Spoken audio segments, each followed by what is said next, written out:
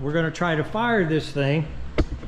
And like I say, I don't know how this is going to be. There's no zinc in it. It's Rotella oil, and this is the first fire to break the cam in. So whatever happens, happens.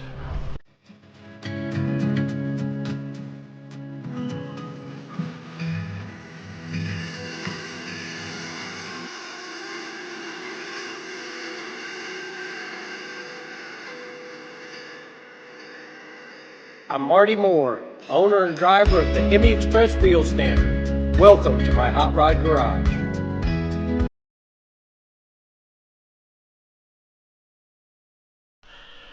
Guys, I'm going to change the name of my channel here to Dumb Stuff That Marty Does. You think I do dumb stuff? Look at this. Look at this. You know what I'm doing here, guys? Is basically I just work on 440s and Hemis. So every time I put something on the motor stand, you got to jury rig a whole bunch of stuff up. So I got exhaust manifolds on this thing, and what I'm going to try to do is I'm going to go to a local muffler shop and see if I can't get them to bend me a set of pipes, you know, that'll just come down off these, miss this here, and put mufflers on it and leave them on the engine stand. So every time I put a motor on there, I don't have to jury rig exhaust and stuff up. So if those straps don't come loose, and we can get over there and see if they'll put exhaust on it for us. All right, we'll give it a try. All right, guys, I'm back with my motor, and you'll notice there's no exhaust on it. My so-called buddies that was going to make me a deal, they was going to do it for the low price of $420 for 2 pipes. I said thanks, but no thanks, we'll do something else. I finally got somebody to reasonably bend these down pipes for me. Just put a couple cherry bombs on there. See here where it comes down. And I'm missing there now. I cut a torque converter, so my starter, so I can just bolt the flex plate on. Guys, I'm trying to get this thing so, you know, every time I put a motor on the engine run stand, I don't have a lot of jury rigging up to get everything to run.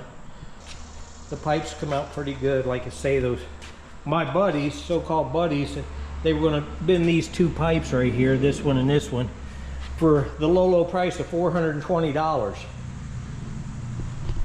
I don't know, I can do without friends like that. I don't know about you guys, but so I got them bent up, and they're not bad. So all right, we'll stay working on this thing. I'm gonna go like that, and then you see,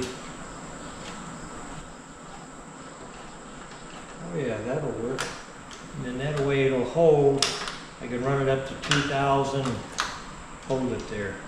I think that'll work. Okay, we're on the right track.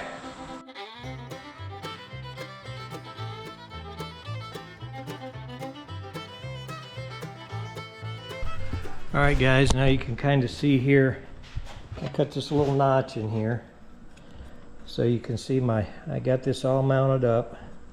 So this can go right here just like this.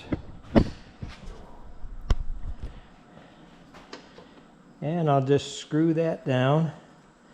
And then that way, there you can see my throttle working. I can take her up to 2,000, leave it. Cool. It's not high dollar, but I think it'll work. All I gotta do is mark my holes now.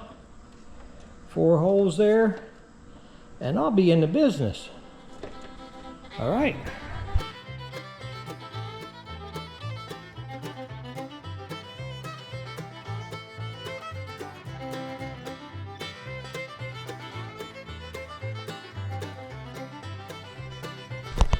All right, guys, just like that, it was on there.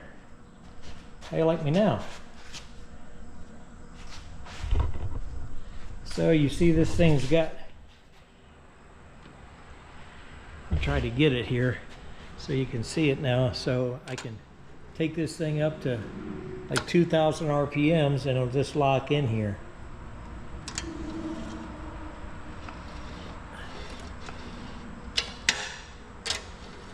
Voila!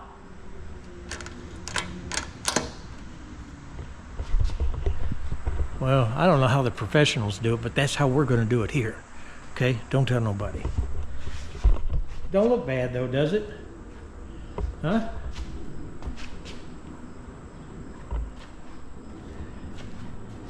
So we got a throttle on there now. We got, we cut our torque converter so it'll start. We got exhaust. I think all's about we got left to do. I want to rebuild these carbs because it's probably been about 20 years. So I'm going to rebuild them carbs and then we'll see if it'll make noise. I've been working on a run stand here when I get a chance, just filling in. I got some fuel lines on there yesterday. I went up and seen my buddy Eric up at Rebel Performance. And I got some wires we'll stick on here today. Plug wires. I got some Taylor wires. And remember guys, when you go to put these on, your, like I said, your motor, see how this is not straight? So here's 1, 3, 5, and 7 on that side. 2, 4, 6, and 8 on this side. And here's your clip. Like I tell you, if you put that gear in there right, this will be 1 right here, 1 below the clip. 1, 8, 4, 3, 6, 5, 7, 2. Easy peasy, right? All right, let's get some wires on here.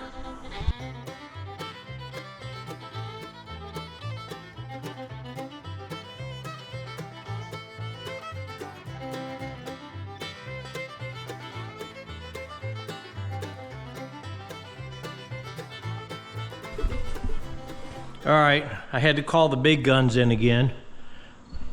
Carburetor Ron, so we're gonna pull these things off and go through them because it's probably been 15 or 20 years since they've had gas through them.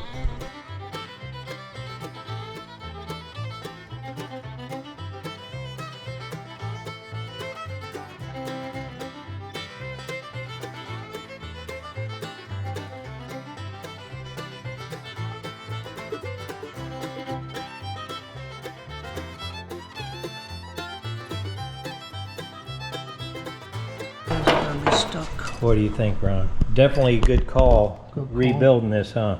I believe so. Look at that down in there. Oh yeah, definitely didn't want to run it like that. Put that down in there. We'll take these off here in a minute. Pull these. I want to try to get these pins out of here though. They're stuck right at the moment. Primary and secondary jet. The primary and the secondary on this side of the carburetor. Okay. We have a primary jet. The secondary jet's completely. You can't even see it. Can't even see it. It's under all this flake. And down in here is the secondary on this side. So you see, guys, even though the carburetor didn't look that bad, if I would have tried to start this thing up, it would have been a disaster. Yes, sir.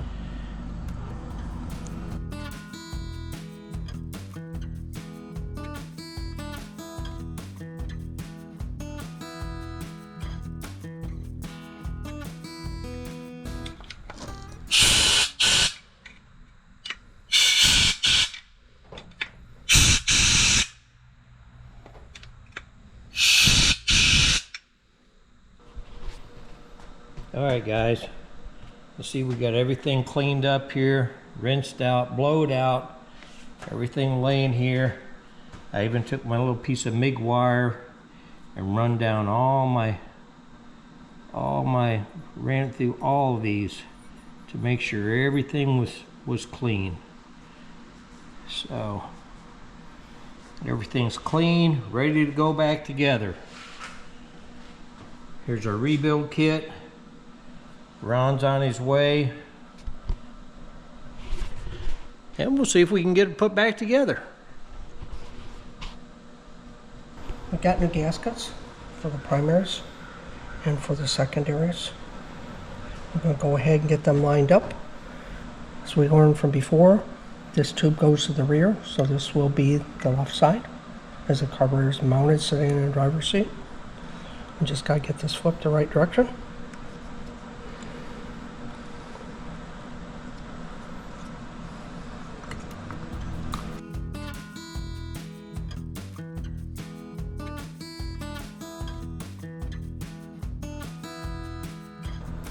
And these are the secondaries. Correct. And guys, like I say, we took a piece of MIG wire here, TIG wire, and ran through all the needles to make sure everything was clear. Make sure that you're right.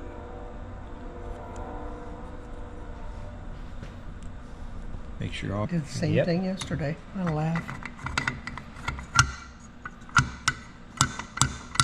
Now we can put these Now we can do that. in. Absolutely.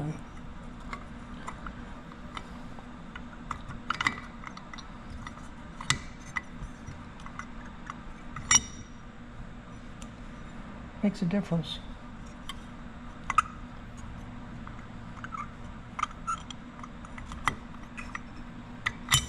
That looks more better. Yes, sir.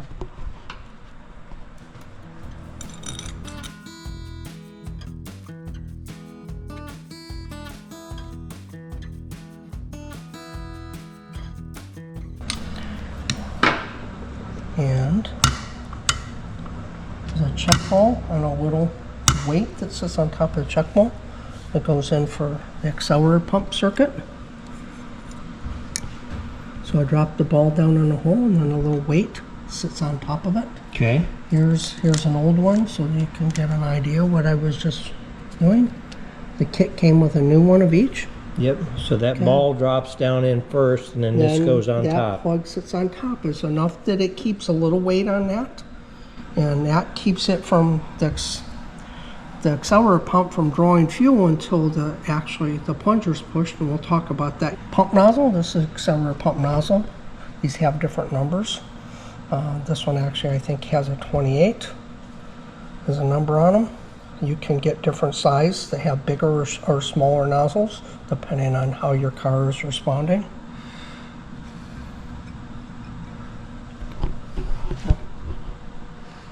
Should be two little ones.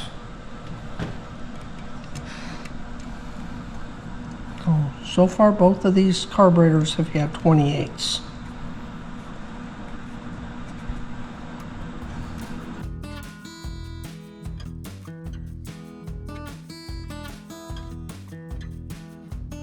And that plunger cup goes With the recessed side that's got a groove in it goes downward because that's the wide side of the accelerator cup. The narrow side is towards the top spring on this carburetor. What happens is this actually rubs the sides of the bore or the well for the accelerator pump, and as we assemble this carburetor, you'll see that the linkage will actually push this down, which then causes that little check and that weight to come off its seat, and then allows it to squirt fuel up these two nozzles. So, and we can leave that there for the moment. And we'll work on the other side. Okay. First thing we're gonna do, this one actually had a flap. The linkage actually operates the bowl vent.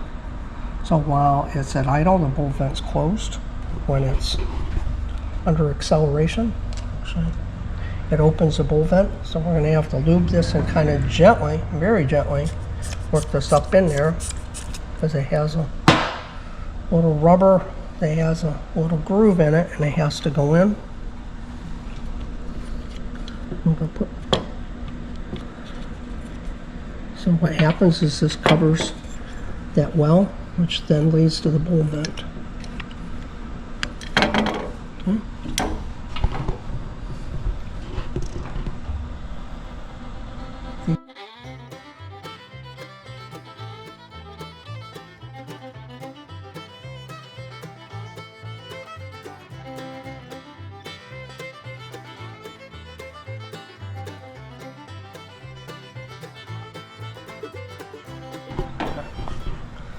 So, Marty, do you remember what our float setting is? 5/16. Okay, so we can check them. We got lucky on the other carburetor. The float height. Which we have a 5/16 drill bit here. We're using. This one might be a skosh high. Just the tiniest bit. Yep.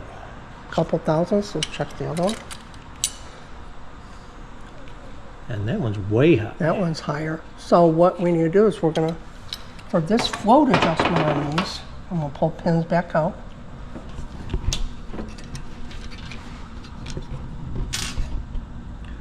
Is we're bending right at this point, and we're gonna bend this downward just a little, because the floats were high. This should cause the floats to come a little lower. This is a finesse thing. Don't bend a lot. Just the slightest little bit. You think it moved, stop and recheck it. So. Oh, that one. Right there? Yep. Okay. That one's right there. That was a good guess, Ron. Thank you. Sort of kind of educated.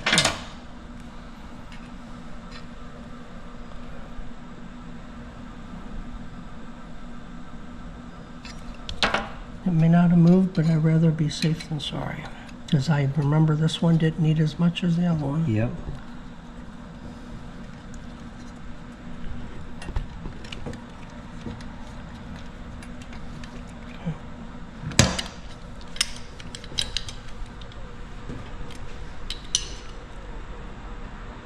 I went a little too far on this one because you can see the float actually move as it starts under. Yep. So our float levels are going to be actually, when it's inverted, is a little too high.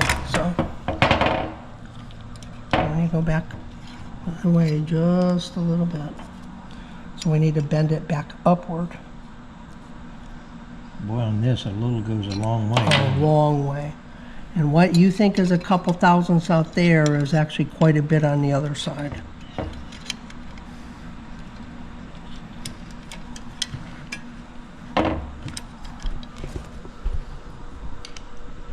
Yep, a little too much. There's a real fine line in there. Split that difference.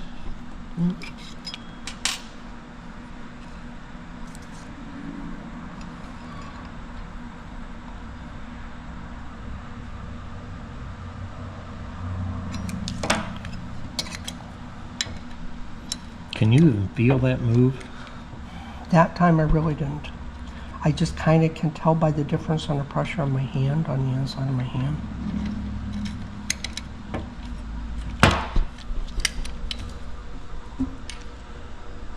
Apparently moved just about right, didn't it? Just about perfect. Yeah, I think we're going to leave it. So apparently, even though I didn't see it move, It moved. just by the pressure, the change in pressure on my hand. So now there's actually an adjustment, what they call the float drop. And that, you got to be careful because we got to hold it and bend a different part of A that. different part of it and hold from a different part so that you don't bend what you just set. And this is 15/16. Or 937 thousandths. Okay. So, okay. What we do for this one is you're taking a carburetor, and you're flipping it the other way, and this is how far the float can fall. And that one is right on the money. Right It's on right the money. at, and we're at 937 thousandths, so, or 15/16. This one's not far off. It could probably come up just a little bit. What happens is by it falling a little farther than the other, allows the needle to come a little farther off the seat and allows more fuel than the other side to fill at a different rate. So then to adjust this, you want to hold it there. Hold right here, because if you hold back here and try to bend this tang, there's a chance you're going to bend this back in here. Because if you notice, this is all just, it's only thousandths thick. It's not real thick at all, so it will all bend fairly easily. So we're only going to give this one just a little bit, but we're going to hold right here and then do our bending.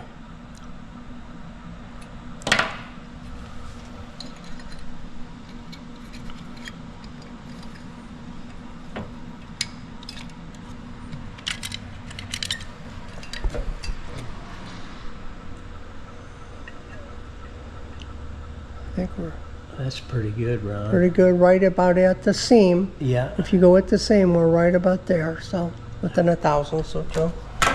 So what we'll do is double check our 5/16, make sure we didn't bend that one. Make sure it's still good. Is it about perfect? Yep. Okay, double check this one. Good? Great. Perfect. Okay. Good enough for who it's for. Yeah. Alrighty. So we're gonna have one long screw here. Let's bring that carburetor back over here.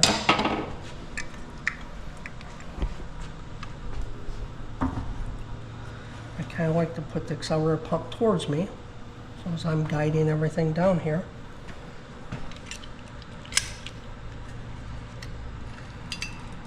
The big thing is make sure your pins are centered here so that they don't cause an obstruction when this goes down, as long as they're in the center. This one has still the stud for the air cleaner, which is kind of nice because you can start this top Lines over that. everything up. Yeah, and then we're going to go down gently, and then we're going to find that pump rod. We're going to guide it through the hole. And then we're going to slowly work things down, not forcing anything. And if everything is right, this thing should just about fall in place. And there should be no gap in here.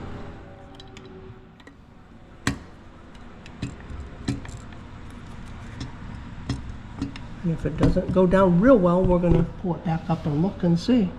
See why it's not. Let's see, I think we're going. I think we're actually pretty decent. Feels like it quit. For the most part, it quit once you draw screws in. It should be nice. Alrighty, so we can start putting screws in, and then we'll put our main jets in after we get the top screw down.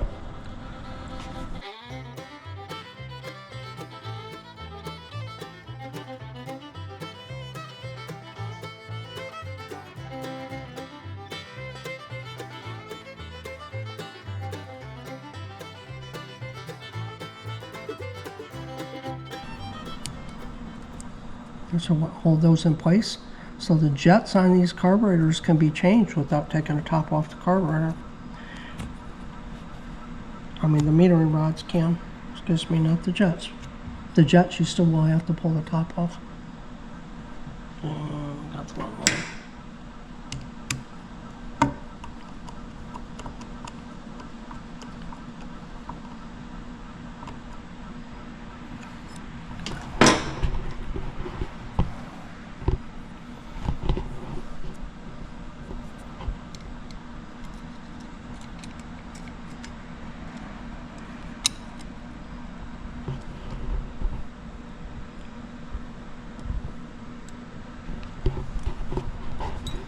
This side's just being a little ornery, isn't it? Yeah, just a little bit.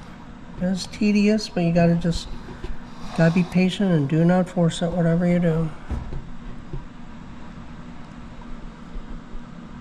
Let's see if I can fit there. No, I thought I had it.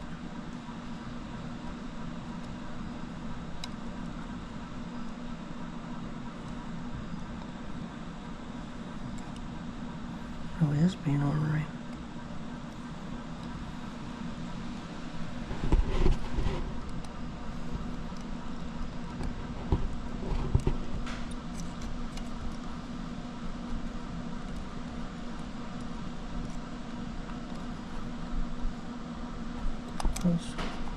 There it is. Yep, no, it should move freely up and down.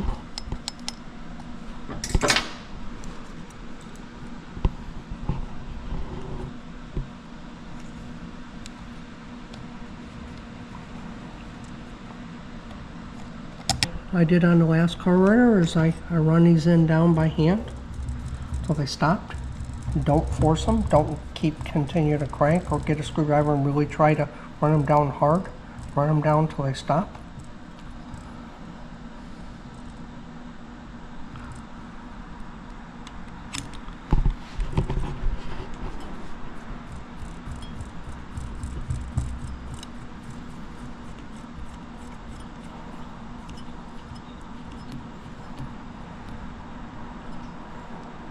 Okay, I try to note where the screw slot is. What I'm going to do is turn them out about a turn and a half. That's what we did for the other carburetor. So this will be a half a turn. That'll be 1 turn. Be a turn and a half. This one is straight up and down. So we'll go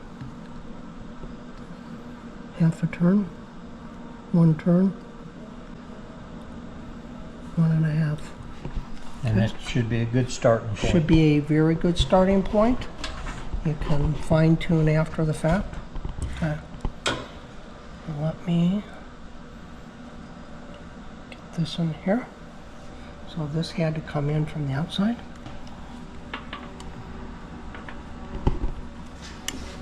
So this came in. I'm going to keep that there. Okay, here's a little S-hook.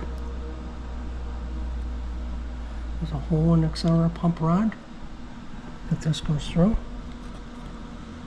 This carburetor was set up. We can get this down first. We're going to get it lined up. There's a screw with a step in it that holds this in place.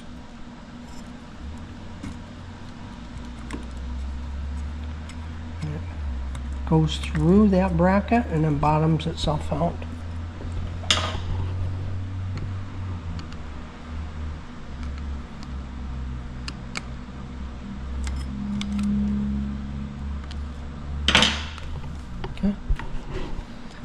Our accelerator pump linkage on this carburetor was set to the outside, to the very bottom hole. Is where it was on disassembly. We're going to put it back there. This is a tuning tool. It can be moved to different locations by being in the bottom hole. It gives it the most stroke. By being in the top hole, it will give it less stroke. Well, we got these things rebuilt. Let's see about getting them back on the motor.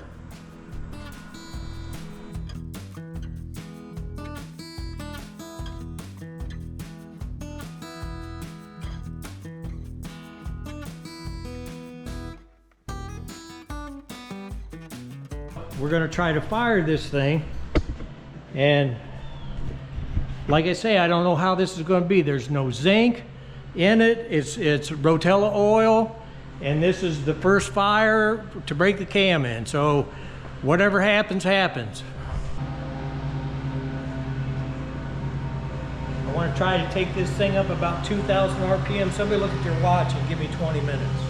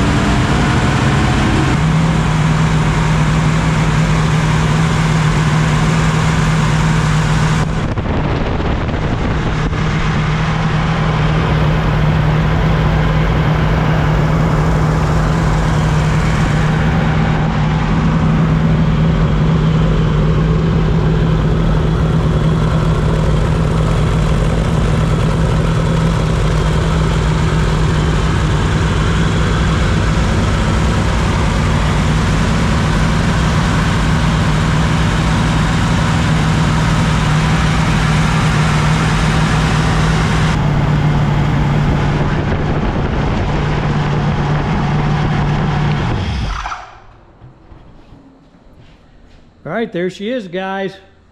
Cam all broke in. Ready to put in something. Maybe.